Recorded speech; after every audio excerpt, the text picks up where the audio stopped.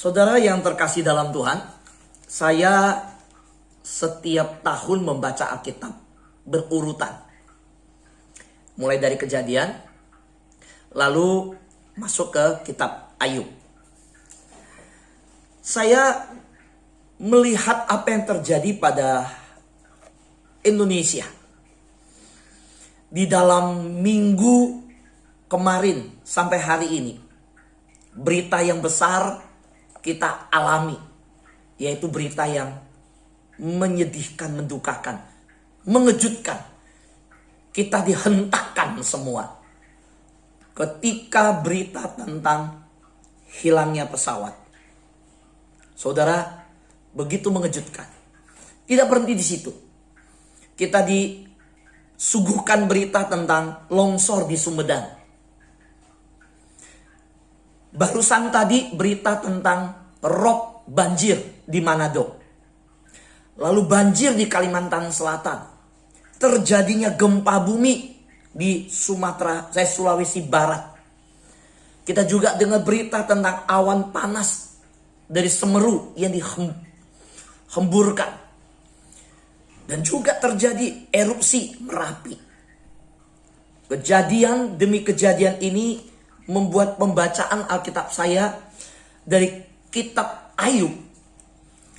Saya bertanya, apa yang diajarkan Ayub kepada kita tentang diri kita sendiri? Saya ulangi. Pagi ini saya mengajak kita merenungkan apa yang diajarkan dari kisah hidup Ayub tentang diri kita sendiri. Saudara, mengapa tidak banyak buku yang menulis tentang kisah Ayub? Sebenarnya kisah Ayub itu adalah sebuah fakta yang tidak terhindarkan. Umpamanya seperti orang yang berjalan di lorong rumah sakit. Itulah kitab Ayub. Apa artinya? Waktu kita berjalan di dalam lorong rumah sakit, kamar demi kamar yang sakit, kita melewati UGD, IGD. Kita melihat tulisan ICU. Kita melihat jalan terus. Saudara, jujur saudara, kita akan mendapati walaupun tulisan yang berbeda di setiap kamar. Waktu kita berjalan di lorong, kita mendapati setiap orang di dalam ruangan-ruangan tersebut punya pertanyaan yang sama. Betul? Saudara, mereka punya pergumulan yang sama. Orang-orang yang terbaring sakit di ranjang punya pergumulan yang sama. Saudara, gak menyenangkan. Saudara, sebuah pergumulan yang akhirnya saya menemukan bahwa mereka semua terbaring dengan satu pergumulan yang boleh dikatakan substansi dan kenyataan yang sama. Hati mereka bergejolak, saudara. Mereka bertanya, kenapa ini menimpa saya? Apa yang sedang terjadi dengan kehidupan saya? Saya sedang ada di tempat ini.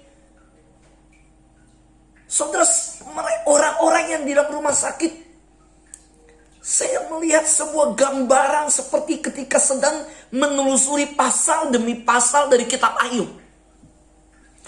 Saudaraku, begini, ketika saya merenungkan kalau saya berjalan di lorong rumah sakit, saya mulai melihat kehidupan manusia.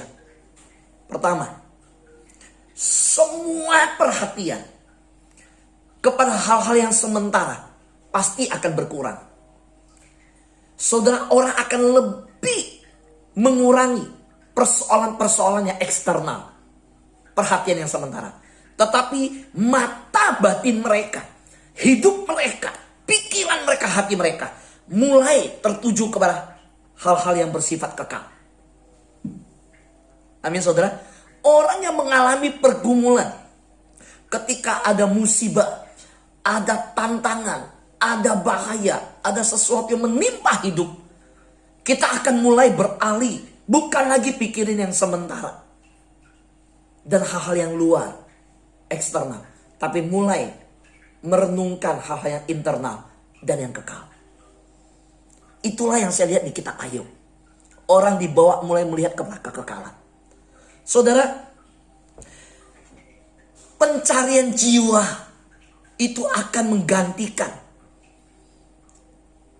hal-hal yang dicari selama ini di dunia. Mulai merenung. Saudara, apa sih yang diajarkan dari kitab Ayub terhadap kehidupan kita? Atau saya tanya begini, apa yang diajarkan dari kehidupan hari-hari ini dengan bencana-bencana dan persoalan yang ada? Saudara, saya dengar sahabat saya berkata, aduh, masa COVID begini terjadi banjir, terjadi gempa. Gak gampang loh hadapinnya. Saudara tahu yang di Mamuju sana, gak mudah saudara. Mau bagaimana hadapin social distancing. Tidak berkerumun dibilang. Tempat gak ada, satu tenda sama-sama semua. Mereka kehabisan masker. Saudara, mereka kedinginan. Di Manado terjadi rob banjir. Saudaraku yang terkasih dalam Tuhan, saya renung, saya tanya, Tuhan apa yang mau saya sampaikan? Renungan apa yang saya mau sampaikan saat ini? Saya ingin mengajak saudara melihat bahwa di tengah semua persoalan ini, saya ditaruhkan di hati ketika saya berdoa untuk saudara pagi hari ini. Saya berdoa, Tuhan, bahwa setiap pribadi datang dalam bersama-sama dengan firman Tuhan. Dan apa yang saya ingin bagikan, yaitu membangun gairah hidup saudara di tengah persoalan yang ada. Sekali lagi, di tengah persoalan yang begitu banyak mengelilingi kita, saya ingin mengajak saudara untuk tetap memiliki gairah hidup di tengah segala persoalan yang ada. Yang katakan amin. Amin. Miliki gairah hidup itu. Tetap saudara. Saudara, kisah Ayub dimulai dengan pasal 1 ayat 1 begini. Saya bacakan. Ada seorang laki-laki di tanah Uz bernama Ayub. Orang itu saleh dan jujur. Ia takut akan Allah dan menjauhi kejahatan. Saudara, dikatakan Ayub orang yang terkaya. Di ayat yang ketiga. Terkaya dari semua orang di sebelah timur. Saudara. Tetapi setelah ayat 1 dan ayat 3. Tiba-tiba dialog di Alkitab mencatat.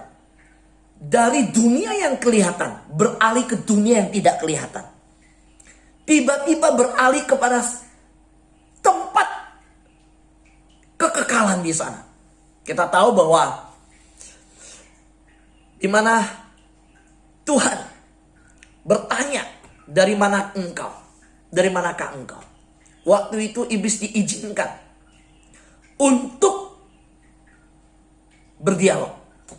Tuhan tanya, silakan. Saudara tahu apa yang terjadi? Philip Yancey bilang begini dalam dialog tersebut. Philip Yancey, seorang teolog, berkata, Tuhan, gini, taruhan Allah. Tuhan bertaruh sama iblis. Ayo, seolah-olah Tuhan bilang begini, saya yakin walaupun terjadi segala sesuatu menimpa akan Ayub, hambaku ini akan tetap setia.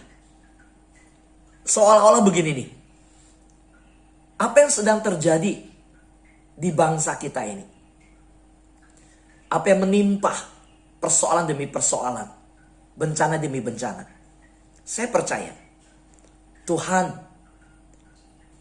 sangat berharap anak-anak Tuhan menang dan tetap setia di tengah segala persoalan yang sedang terjadi. Amin saudara. Kita rindu anak-anak Tuhan di Mamuju, di Kalimantan Selatan, di Manado, yang di dekat Gunung Semeru, Merapi, semua di tengah persoalan yang ada itu, mereka tetap setia kepada Tuhan. Amin. Iya. Saudaraku yang terkasih dalam Tuhan, kita tetap harus punya gairah di tengah segala persoalan yang ada. Saudara, Ayub tiba-tiba mengalami kebangkrutan yang luar biasa. Setelah dialog terjadi dari dunia yang kelihatan, dimunculkan bahwa Ayub orang kaya, tiba-tiba terjadi dialog di sana, Ayub tidak tahu. Lalu mulailah Ayub mengalami kebangkrutan. Habis Semua yang dimilikinya habis. Hartanya habis. Semua habis. Nah, yuk kita berhenti sejenak di sini. Rekan-rekan yang saya kasihi, kita berhenti sejenak di sini dan perhatikan apa yang terjadi. Ketika saya renungkan. Satu, kita tidak pernah tahu sebelumnya apa yang direncanakan oleh Allah bagi kita. Kita tidak pernah tahu sebelumnya apa yang direncanakan Allah bagi kita. Katakan amin. Gak tahu. Ada yang tahu? Gak tahu. Soalnya tanya sama saya gak tahu. Saya gak tahu. Pak Fu, rencana Allah atas kehidupan Pak Fu nanti di depan seperti apa? Nggak tahu saya. Saya juga nggak tahu dialog di sana akan terjadi apa. Nggak tahu. Nah, saudara, Ayub, kita tahu tiba-tiba mengalami sebuah dunia yang berubah begitu cepat dalam hidupnya. Anaknya habis, hartanya habis diserang orang Kasdim. Saudara, bahkan badannya, tubuhnya borok-borok, dia dihantam bertubi-tubi dengan persoalan yang ada. Dunianya berubah cepat. Jadi saya mau mengingatkan, kita tidak pernah tahu apa yang akan terjadi pada suatu hari di depan nanti. Baik atau buruk. Bukannya tidak tahu, kita nggak tahu. Saudara, saya baru alamin. Saya berkhotbah, saya sharing seperti ini. Saya alamin. Papa saya 1 minggu di salah satu rumah sakit di Jakarta Barat. Pulang rumah sakit 2 hari, saya bawa ke rumah sakit di Karawaci. 2 minggu di Karawaci, saya bawa pulang ke rumah.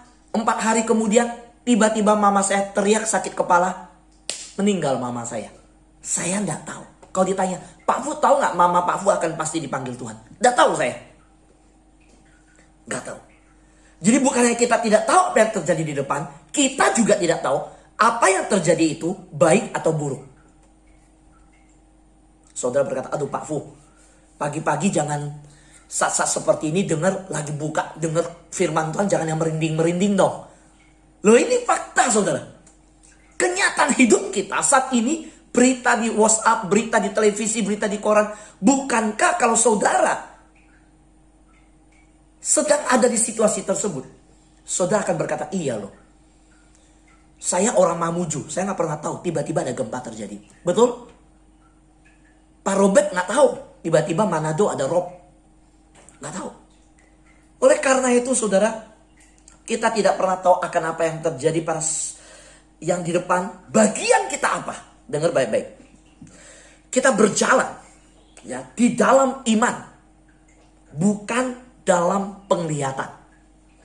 Kita berjalan dalam iman, bukan dalam penglihatan. Karena kita tidak tahu, kita nggak bisa lihat. Berjalanlah dengan iman.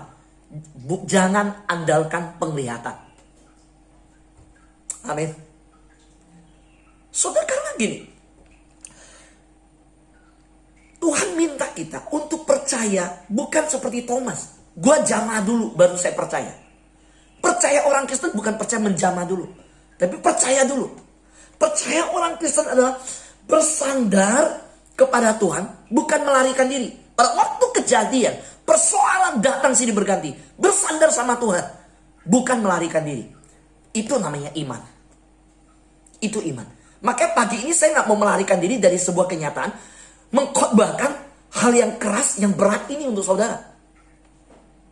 So mungkin mendengarnya, aduh, dengar kata bencana aja udah gak enak. Tapi saya mau berkata, karena saya mau menyampaikan ini, supaya kita tetap bergairah di dalam kehidupan kita, dalam mengikut Tuhan. Saudaraku yang terkasihan Tuhan, gak seorang pun yang tahu sebelumnya apa yang akan terjadi. Kita gak ngerti rencana Bapa apa. Tapi saya percaya, rencana Bapa ada rencana yang baik. Rencana Tuhan ada rencana yang mungkin kita gak tahu seperti apa hadapin, tetapi pasti akan membuat lutut kita bertelut di hadapan Tuhan. Amin saudara. Saya mau tanya, situasi, kalau kita ada di dalam situasi di gunung, di dalam kondisi gunung yang sedang terjadi di sekitar, di bawah lembah gunung, di Mamuju. Saya sedih dengarnya. Kalau kita di situasi seperti itu, apa yang kita lakukan? Nantikan bantuan manusia? Tunggu listrik nyala? Segala macam? Saya percaya anak Tuhan ketika mengalami seperti itu, kita semua akan menengadah dan berkata, Tuhan, saya udah gak bisa apa-apa Tuhan. Saya cuma bisa berharap sama Tuhan. Tolong saya Tuhan. Amin saudara. Kadang Tuhan izinkan untuk memaksa lutut kita bersujud di hadapan Tuhan. Saudara yang terkasih dalam Tuhan, Tuhan tahu jauh sebelum apa yang terjadi. Tetapi Tuhan gak berkewajiban untuk kasih tahu kita. Maka saya mau ingatkan ini supaya anak Tuhan jangan protes sama Tuhan. Jangan protes sama Tuhan. Tuhan tahu, tapi Tuhan tidak berkewajiban kasih tahu kita. Betul gak saudara?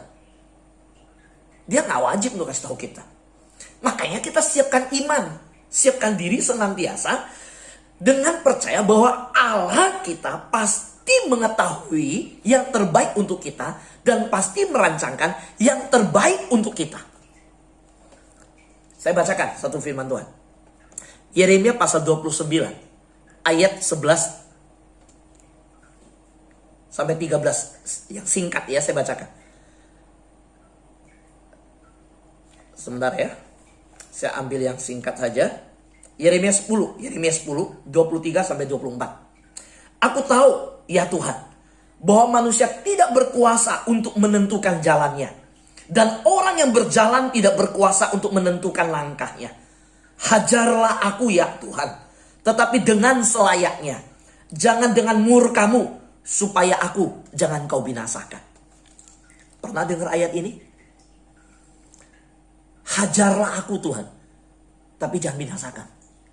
Soalnya ini luar biasa.